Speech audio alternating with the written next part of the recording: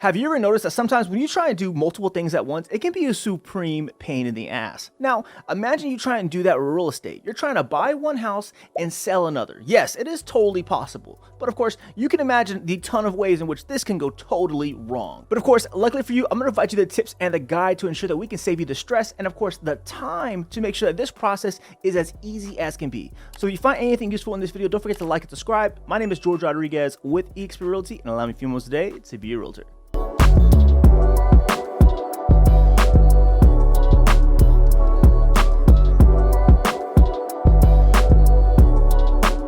Buying real estate for most people is already pretty stressful, meaning it took you a lot of time to get there. In most cases, people had to save a ton of money to get to where they are today. But now with those steps taken, you're now going into uncharted territory. You're able to buy and sell real estate at the same time. Now, people do this for a ton of reasons.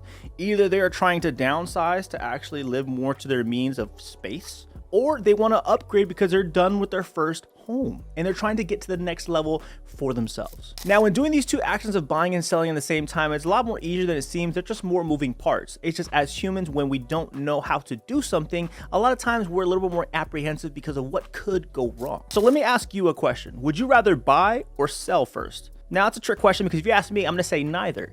You're going to get your financials in order. Gotcha. Got him! Got him!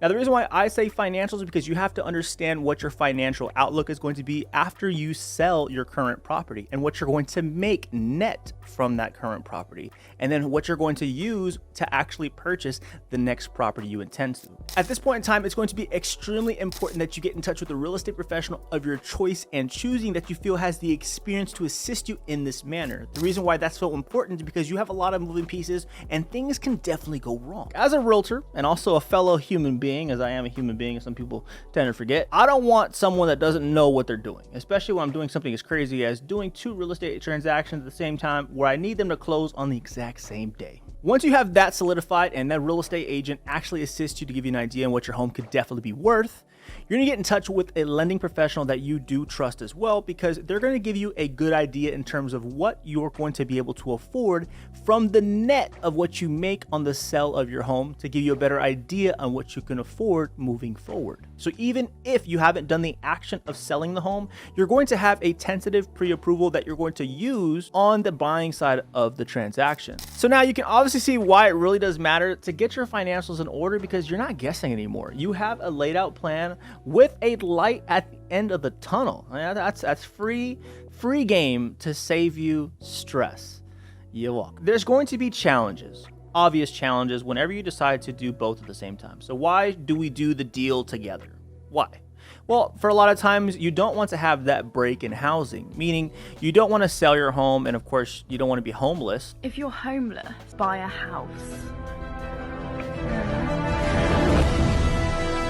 And then you have to look for a home and then wait to be able to move into it. That's obviously not the most ideal situation. And I have kids. I know if I was doing that, ain't no way my babies are sleeping outside or in the Ram pickup. This is not happening. Now, a big challenge is that everyone is trying to time the market, but when you're doing both actions of buying and selling, whatever marketplace you're in my personal opinion, it's more of a buyer's market, you're going to find the inverse effect happening. Meaning if it's hard for you to sell it, it's going to be easy for you to buy it. So whatever market you're doing it in, I highly recommend that you do things when you're mentally comfortable, because it doesn't matter what time is best. Whatever time is best for you is going to be the best time to continue with these actions of doing a buy-sell transaction. So obviously that was some great mental health advice, and I take payment in drinks and coffee, and I love food. So if you want to do that, we can definitely do that. Now, of course, there are more challenges, like you don't want to have two mortgages at the same time. You obviously don't want that type of financial burden upon you. Of course, some may be able to afford it, but a lot of times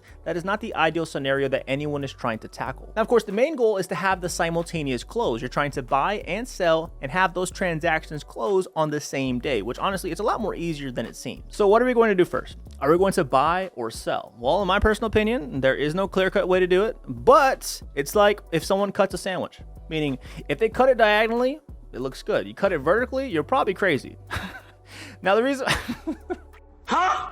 Now for me, I say buy. The reason why I say buy because it gives you more time to actually look for the next home rather than you selling it first and having a time period of holding up a buyer on your home, and you have a limited amount of time to actually find a home that you love to move into. When you lock up a buyer, you're able to offer a contract to that seller of the home with a contingency of, I need to sell my home before I can close on the purchase of yours. By doing this, it gives you more time to actually scan the marketplace and find a home that actually meets the dream of what you want to move into or the ideal scenario of a home that closely matches your needs. Now, by doing this is going to give you the ultimate flexibility without having a time frame over your head, which can be very stressful for a lot of people in this situation. Now, of course, let me explain what that contingent offer is going to look like so you have a better understanding of what's going on. Now, of course, the agent that you're going to be working with in most cases is going to explain everything to you. It's because they're probably going to be helping you with the sell and the purchase of both transactions. It's going to be a great month of commission for them.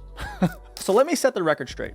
A contingent offer is nowhere near as strong as an offer without a contingency, meaning if two offers are presented with the same purchase price and one offer has a contingency of, hey, I need to sell my house before I can buy yours, and the other offer is same purchase price without any contingency, in most cases, the offer without the contingency will be picked first. But that alone should not deter you from actually presenting an offer with a contingency. It only protects you, and at the end of the day, you have to do what's best for you. When you submit your offer, you're going to have your intended purchase price, but of course, you're not going to have a closing date specified because in the optional clauses, it will state that you need to actually sell your property to purchase theirs.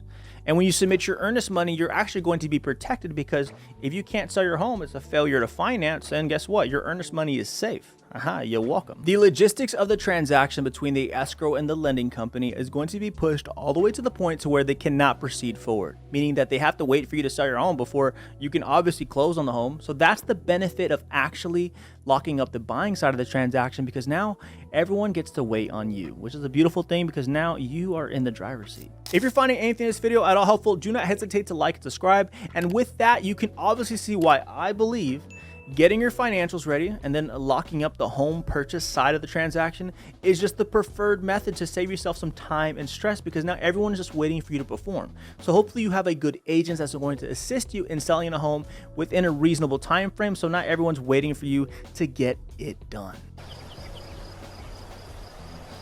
The art of communication and timing is need to be of the utmost importance when you're going to have both of these transactions closing on the same day. Now, it's not tough because everyone's waiting for you on the buying side, and once you have your buyer for your house, you're just going to have them close on the same date in which you need on the other transaction, which in most cases, you can obviously do that because you have the house that the buyer wants on your side. So you can definitely negotiate that portion.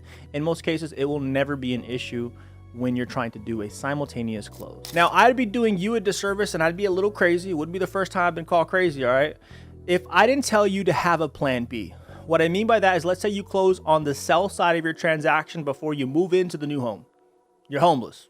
You made $100,000 on your house, but you don't have a roof over your head. Obviously, a short-term rental or a hotel for the night to hold you over until you're able to move into your new house would easily make this seamless. Now, if I told you that you're able to do all this, but you need to stay at an Airbnb for 2-3 nights, would you do it? In most cases, yeah, you would do it because you have everything that you've ever wanted to get this done, and all you have to do is stay somewhere for a day or two. That's not the worst thing. People don't have a home, but you're trading in one for another.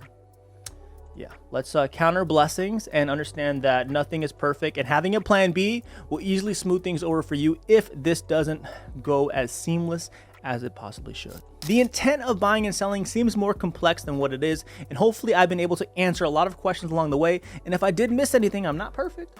You can go ahead and leave a comment down below or reach out if you need more of a specific answer to help you get through on what you intend to do. My name is George Rodriguez with eXp Realty, and you have a good day.